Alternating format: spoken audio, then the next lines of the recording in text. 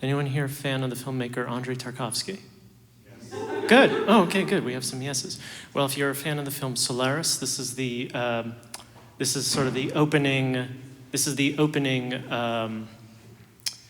The opening piece. The English translation translates to "I call unto thee, O Lord," and then after that, we're going to do the first 3 preludes from the Well-Tempered Clavier, and then we will end with an invention from Bach in D minor.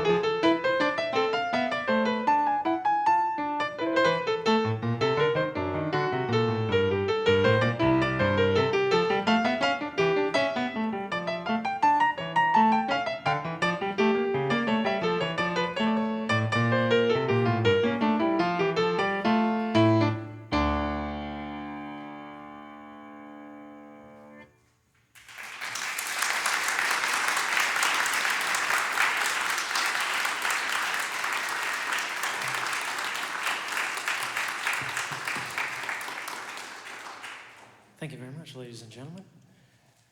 So up next, we are going to do the 26th Sonata by Ludwig van Beethoven, formerly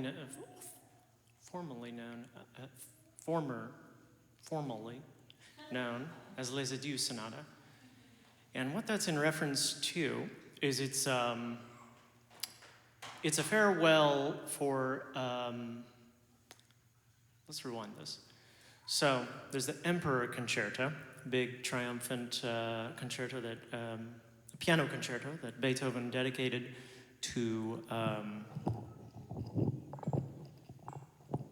Napoleon. And Beethoven was a Napoleon supporter. That was until Napoleon invaded Vienna and forced his star pupil and patron to get drafted and serve to fight against Napoleon.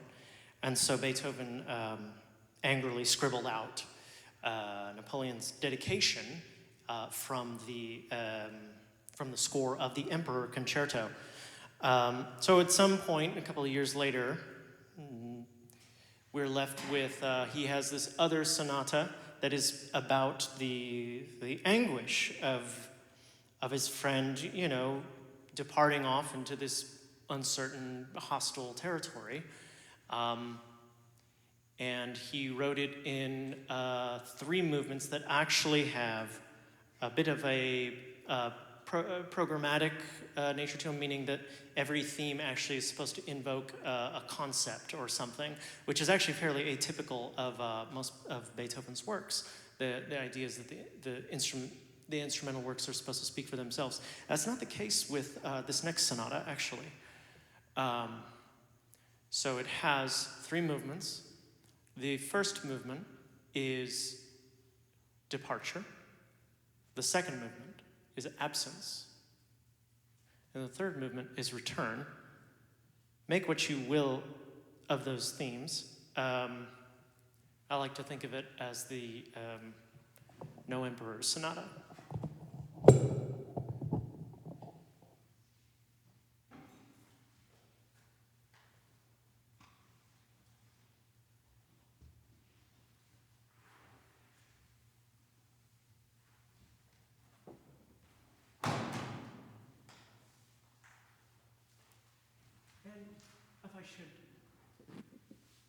And there's one more thing to note in this first movement, is that there actually is a vocal voice that you're supposed to hear.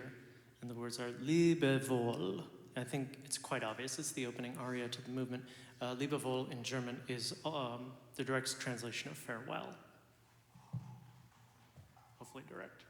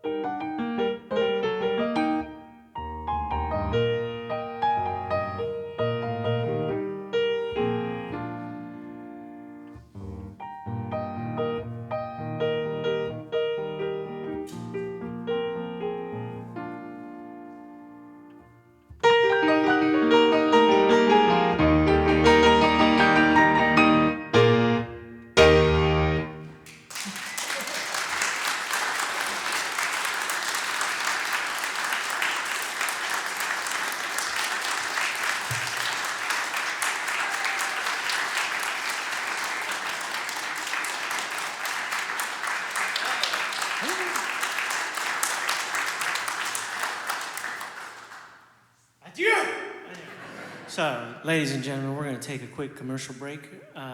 We'll be back in about 15 or so minutes. There's cookies, refreshments. Yeah, check it out.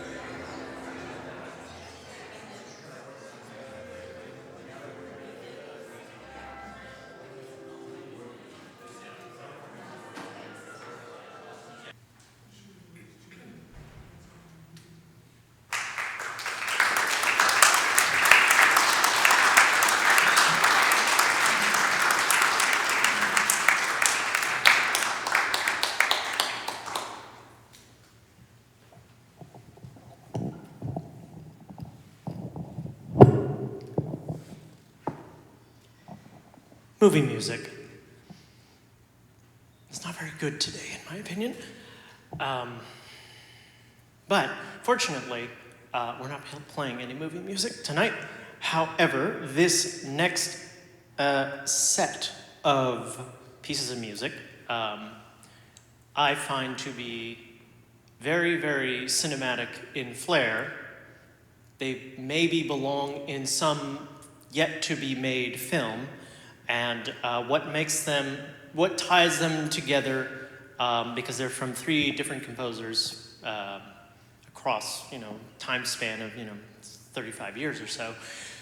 What adds them together is that they are of the early modernist, early 20th century tradition, which if you're a fan of a lot of the, I would say, film music prior to New Hollywood or something like that, there's very much, most of the composers were trained in this sort of mid-20th, most of the Hollywood composers were trained in this sort of mid-20th century modernist idiom. And we're going to be doing, this next cycle has, it's a little triptych by 3 different composers. We're going to open up with a little march by the Russian composer Sergei Prokofiev. Then we will be doing a prelude by Olivier Messiaen, who's a French composer. And then we will be doing another prelude by a different French composer, Claude Debussy. Now, what's interesting, the selection, and this might be a little in the weeds for those who are or are not fans of either Messiaen or Debussy, but Messiaen has somewhat of a reputation for dissonant, hard to listen to, difficult, long, exhausting music, which personally I love. And were I to have the chops to play it, I would play it. But he started out picking up where Debussy left off. And the interesting thing is that we think of Debussy as very watery and very, overly pretty, overly impressionistic. But you have to understand that the last piece in this cycle was written during the First World War. And even though it has the title of the prelude is Ondine, which is some sort of Greco-Roman myth, even though it has that title, it's not as I'm gonna choose to not play it as magically as you may hear other people interpret it. Mine, because when I first heard it and was attracted to the piece, to me it was jagged and modernistic.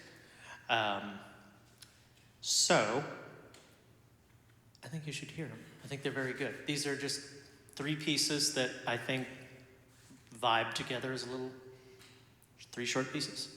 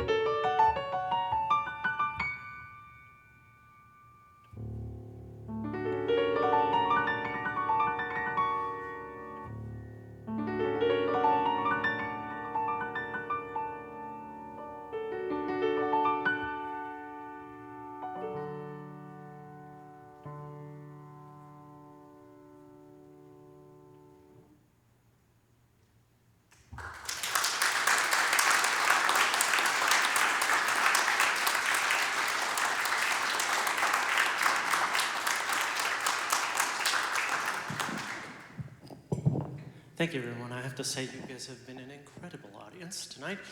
It is a lot to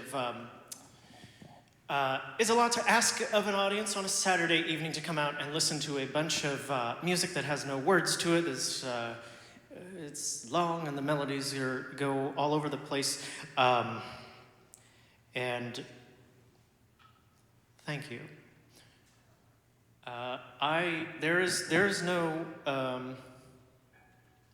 There's no way that I would be able to do anything that I'm able to do musically at this level and with this level of without a mentor that can allow for creativity to flourish. You know, because particularly there's so many people with there are so many people who have the association or the expectation that classical music is all about discipline and focus and all of that. And my teacher, in terms of this over hammering the nail, it's all about rules and you can't fall. But I've been taking lessons with a person in this audience. His name is Danny Farragher, and I've been taking lessons with him since I was 17, and we still meet and take lessons. And a number of years ago, I presented. He's always been open-minded to a lot of the musical ideas that I've brought to him, and we've explored and developed them. And a number of years ago, I brought in a ditty, and he rolled with it, and somehow we wrote an original tune. And is Danny there in the audience? Oh, he's back there. Maybe he can. We would love to play it for you this evening. It's a great song. It's called Moonlight Ballet, and there's a video about it too that we made. All right. And I was going to say, I think the cinematographer Alan is in the audience as well. Yes. All right, Danny Farragher, ladies and gentlemen.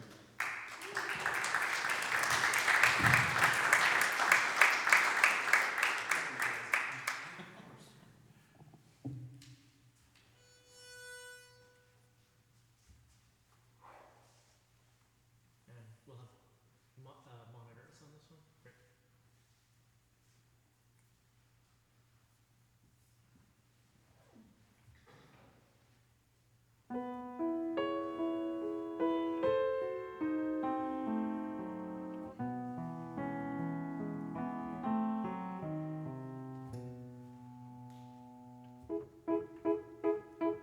Moonlight ballet, shadows at play, figures pirouette across the floor.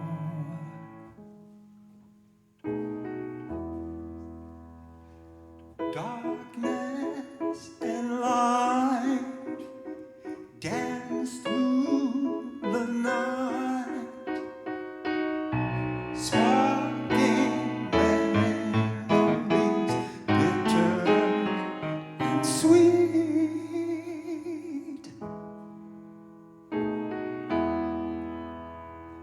Here in my lonely room, caught unawares,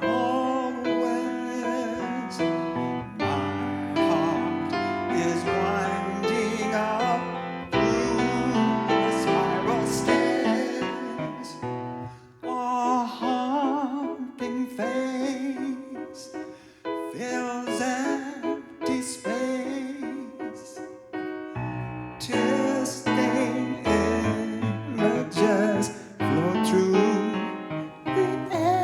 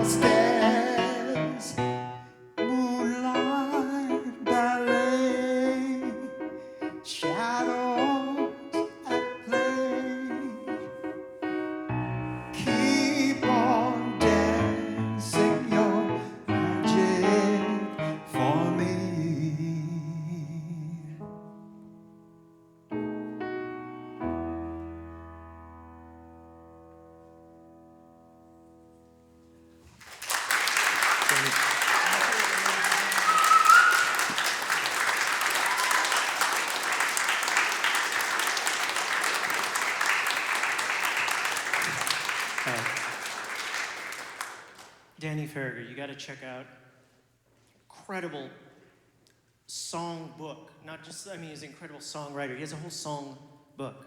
Just legendary, great tunes, meaningful words. I just really, everything, it always just, it always sticks with you. And yeah, it's a real privilege to be a student of his. I'm highly honored. All right, you guys came here for some ragtime.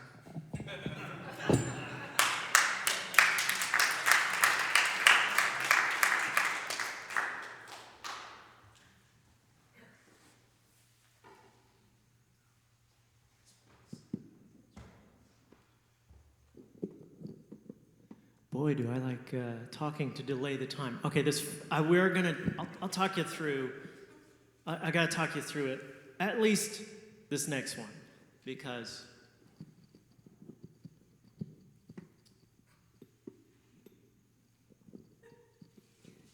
in 1904 there was a World's Fair in St. Louis, Missouri, and at that time. There was a publishing company that was known as John Stark and Company, and they were world-renowned, real deal, bona fide classical, what's now called classical ragtime. It came, you were on, nowadays you have record labels, you didn't have recordings at that time, but you were the real stuff if you were on the John Stark and Company label, and they had their premier composer, Scott Joplin, the king of ragtime. They needed him to compose a piece of music that would be played specifically at a booth for the 1904 World's Fair. And he dedicated it to this extremely ornate hydro pump, like giant, like obnoxiously large, like cascading fountain centerpiece, which if you try to look on Google Images, I don't think it, I'm not sure if you can find it, but this piece is called The Cascades. And yes, I wanted you to know that trivia.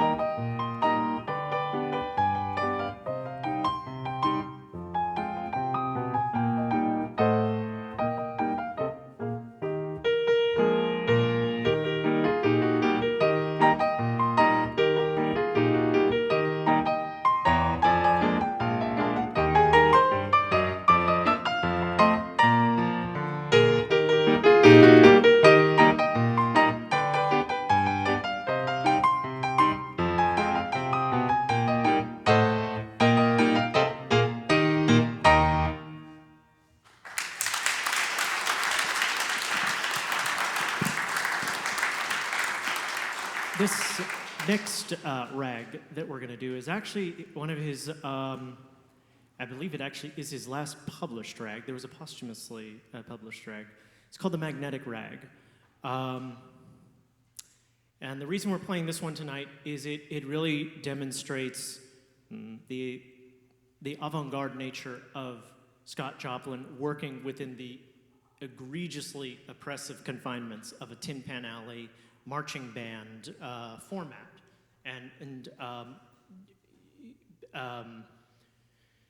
The reason, so something to listen for here is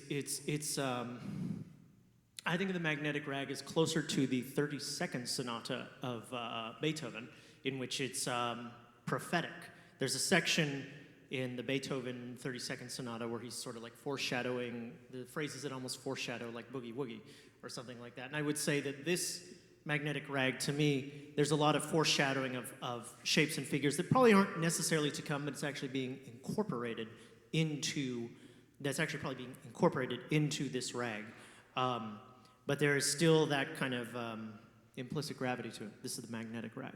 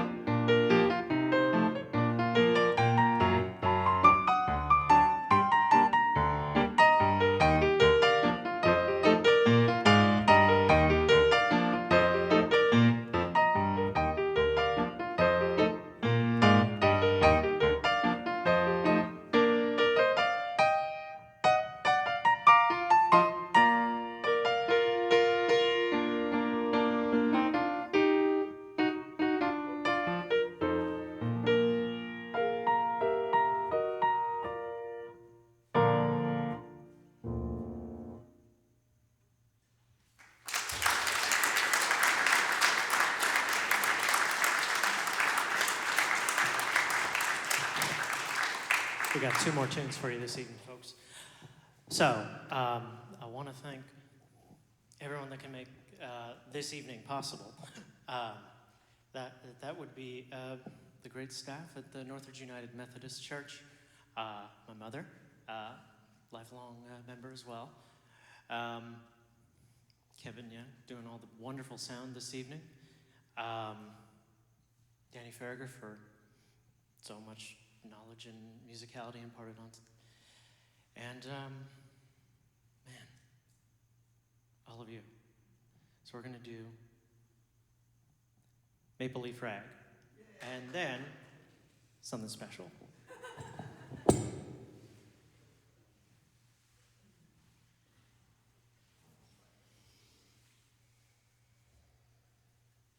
Oh yeah, for those of you who don't know, it's like his signature, well-known. It's like if you're playing Joplin, you got to either play the Entertainer, which I'm not going to do, or do the Maple Leaf Rag. So.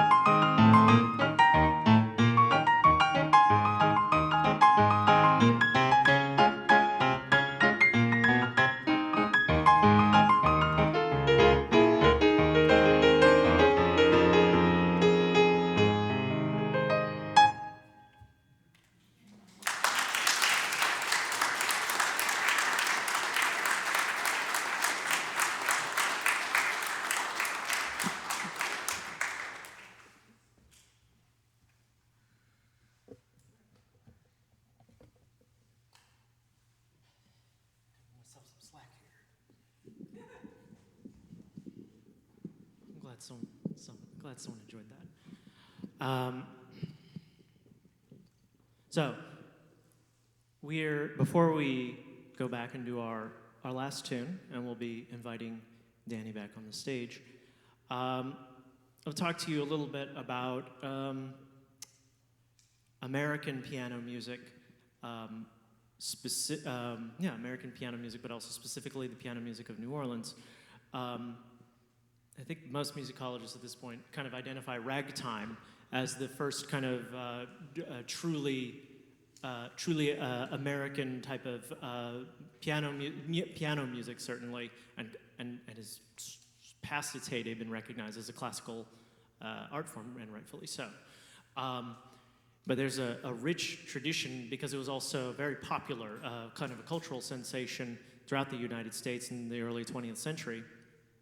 And generations of New Orleans pianists would take this sort of the moving the moving marching left hand, as you heard,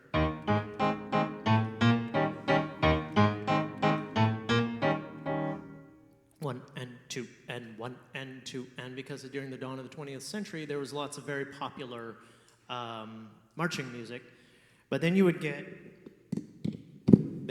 composers like the early 1920s. You'd get composers like Jelly Roll Morton who thought, well, we don't have to do it in one and two, and we can think of it as 1, 2, 3, 4, and that's the dawn of jazz, you know.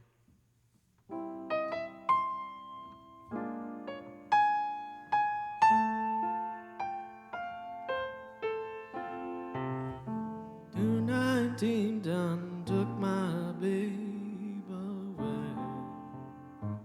1, 2, 3, 4. So that, you know, so that's the early 20s. Then you get, and continuing the New Orleans traditions, you get people like composers like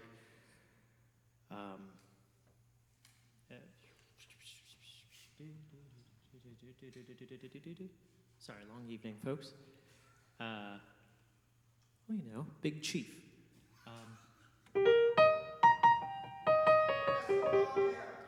Thank you, Professor Longhair.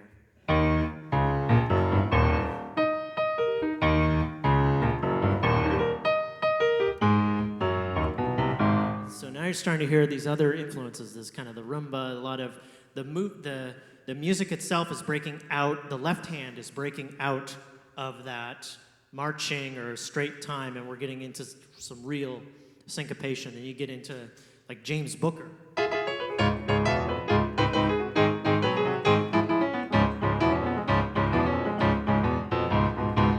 And then, you know, that's where now you have the left, you know, now the left hand is combining boogie woogie, it's starting to swing. And then you end up, you know, with Dr. John, you know, who is a descendant, trained in that sort of tradition.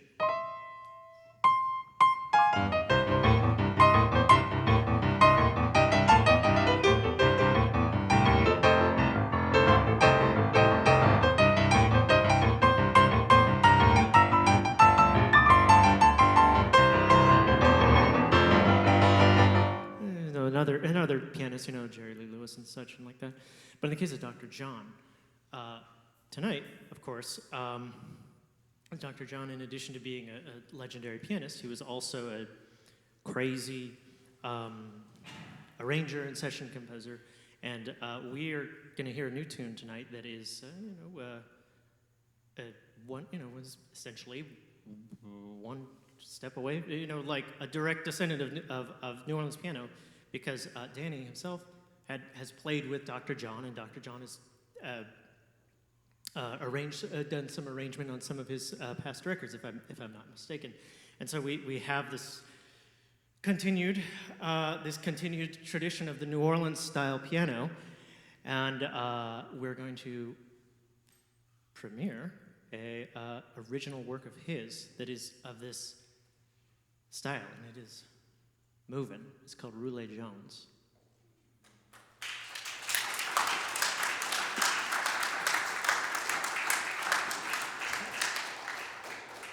I got that trivia correct, yes? Which one? Yeah. Yeah, legendary Danny Fair. Yeah, it's just insane. Okay. All right.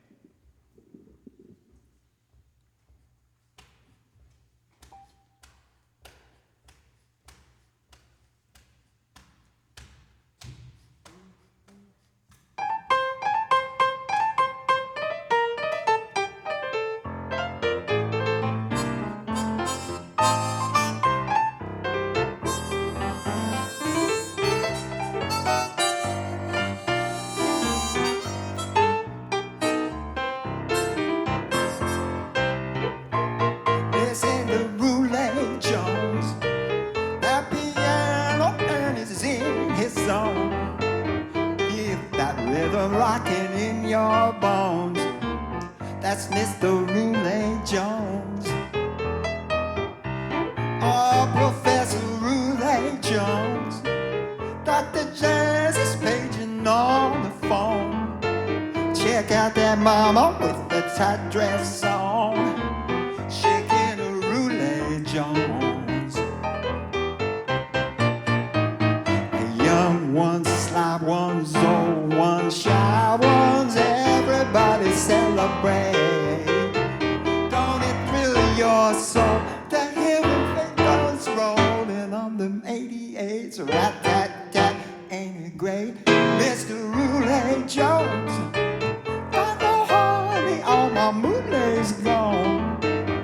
Tonight I'm just a rolling stone, digging a Roulette Jones. Oh, Professor, if you please.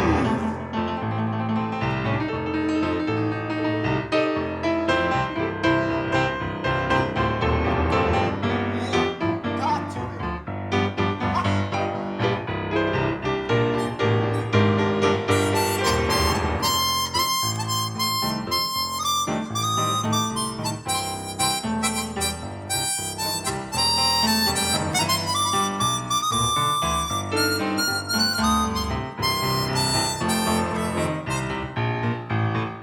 Young ones, sly ones, old ones, shy ones, everybody celebrate. Don't it thrill your soul to hear his fingers rolling on the 88s? Rat-tat-tat, ain't he great? Mr. Roulette Jones. Got no honey, all my moonlight's gone. Tonight I'm just a rolling stone, digging a Roulette Jones. Yeah, yes, tonight I'm just a rolling stone, digging a Roulette Jones.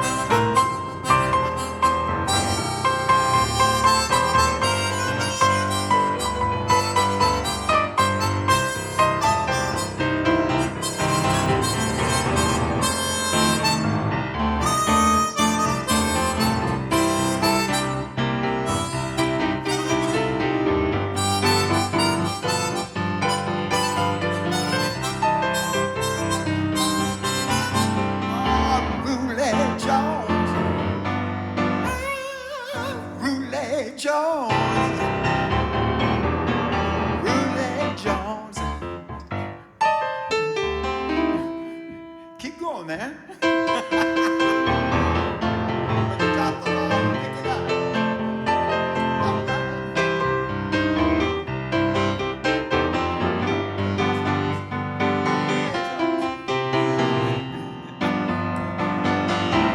Na na na na na, Roulette Jones.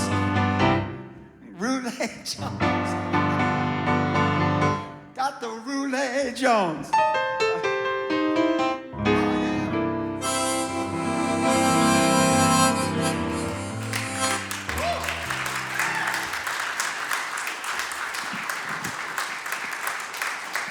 The greatest music teacher on the face of the planet, ladies and gentlemen.